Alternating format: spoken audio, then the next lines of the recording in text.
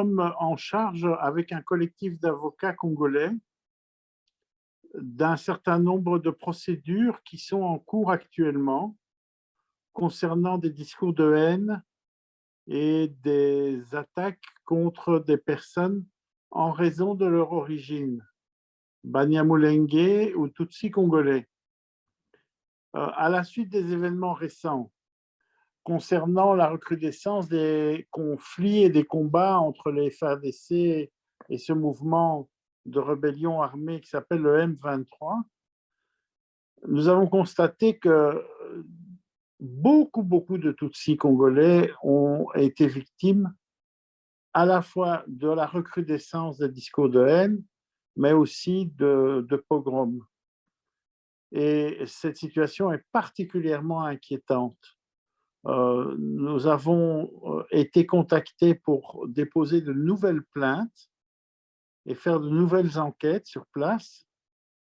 Et ce que nous avons exprimé, c'est un peu une inquiétude dans ce communiqué pour dire que la situation s'est vraiment aggravée. Moi qui connais quand même un petit peu la région, je pense qu'il y a des processus comme ça, lents et sûrs, de dégradation des situations qui provoquent à long terme des explosions qui peuvent être vraiment tragiques. Et je constate que les personnes tutsi congolaises sont visées par des propos, des discours, des attitudes qui sont exactement les attitudes que l'on adopte dans les processus qui aboutissent à terme à des pratiques génocidaires.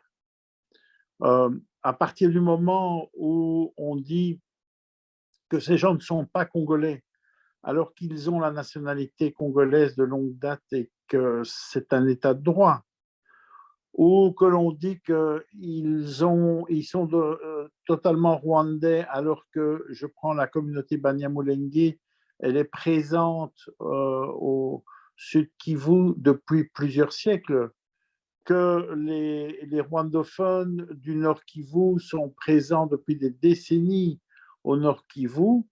Ces accusations posent problème et me font penser à des discours qui ont été posés à un moment donné pour dire qu'il fallait renvoyer les Tutsis vers les sources du Nil ou vers l'Éthiopie.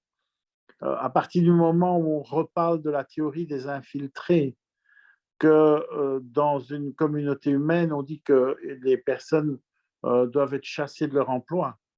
Je rappelle que dans le courant des années 30, et vous avez ça dans des ouvrages qui référencent ça dans l'histoire de la montée du nazisme en Europe. L'un des processus de déshumanisation a été chasser les Juifs de leurs emplois. Aujourd'hui, on parle de chasser les Tutsis de leurs emplois publics. Euh, on revient aussi avec des imaginaires concernant la théorie des femmes Tutsis que l'on met dans les nids des hommes pour mieux les contrôler. C'est un imaginaire qui était déjà présent à l'époque des génocides dans les années 90, et ça revient maintenant. Donc tout cela, ce sont des indicateurs excessivement graves. D'autre part, pour la première fois, on a vu dans un certain nombre d'endroits des jeunes sortir des machettes et circuler avec des machettes, même à Kinshasa. Ce sont des gestes qui ont une signification symbolique sur ce qui était à l'époque des années 90, le travail, qui ne peuvent pas échapper à quelqu'un comme moi qui a vécu cette période. Et tout le reste. Et je ne parlerai pas de l'incident gravissime de Kalima où on a vu une personne d'origine Tutsi, identifiée comme Tutsi, agressée et brûlée vive et dont la chair a été mangée avec des jeunes qui se sont présentés publiquement devant les caméras avec ce genre de pratique. Alors, je crois que nous avons le devoir comme avocats, non pas de susciter et d'allumer les conflits, nous ne voulons pas intervenir dans les débats politiques, nous voulons simplement intervenir dans les débats de dignité et de droits de la personne humaine. Nous avions déjà documenté des discours de haine très clairs, notamment à charge d'un ancien ministre du Sud Kivu. Ce monsieur n'est toujours pas poursuivi. Nous avons identifié des discours de haine avec des codes IP qui viennent d'Europe, des États-Unis. Nous ne voyons rien bouger. Alors nous avons dit, il ne suffit pas de parler de justice et d'état de droit, il faut que ce soit des états de droit et de la justice en action. Et ça veut dire quoi en action? Ça veut dire que là où il y a des faits flagrants et évidents, les poursuites doivent être à intervenir. Ou sinon, il y a de la lâcheté dans les appareils judiciaires. Et ou sinon, s'il n'y a pas de poursuite, il y a une justification objective pour que nous disions à la Cour pénale internationale, saisissez-vous de ce dossier.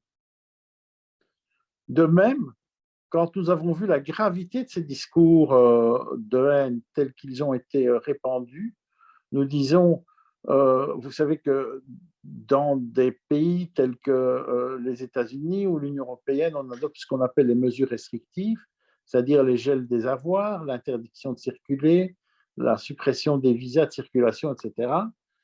Pourquoi les mêmes mesures ne peuvent-elles pas être prises au niveau de l'Union africaine?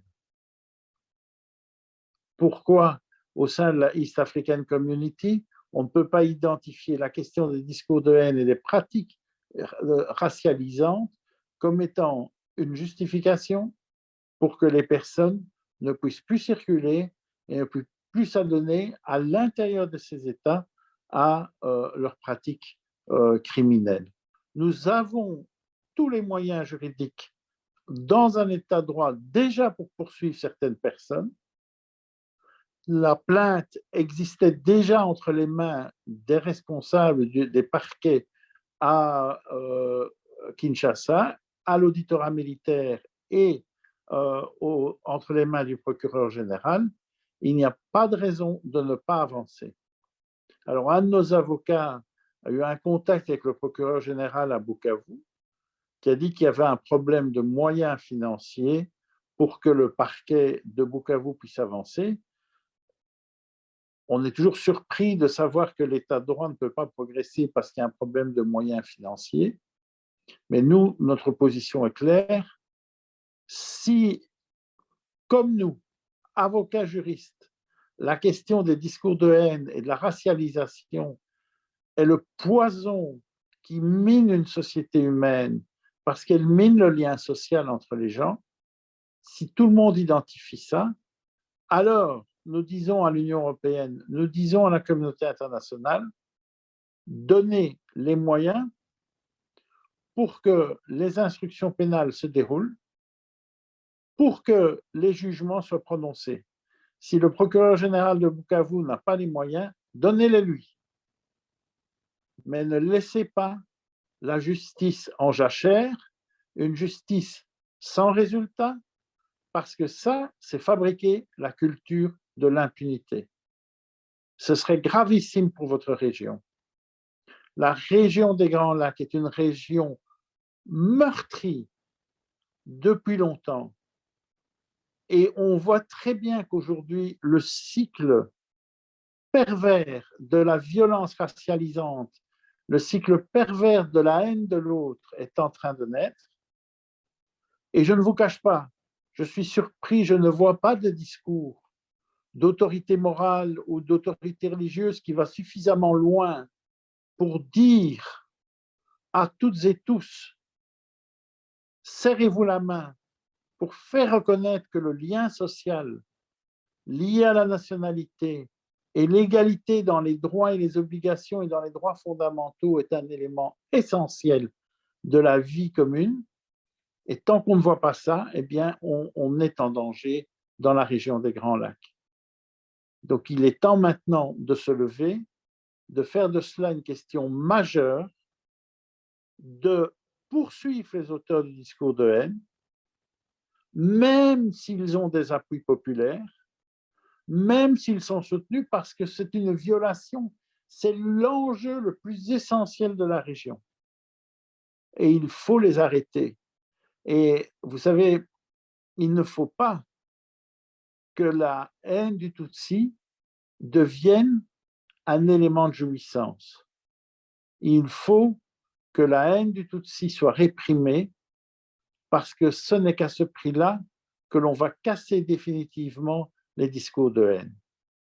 Cette guerre-là qu'on a entamée maintenant depuis des années pour que les hommes et les femmes de la région puissent s'entendre et se respecter, nous devons la poursuivre et nous devons la gagner dans les 10 ans qui viennent.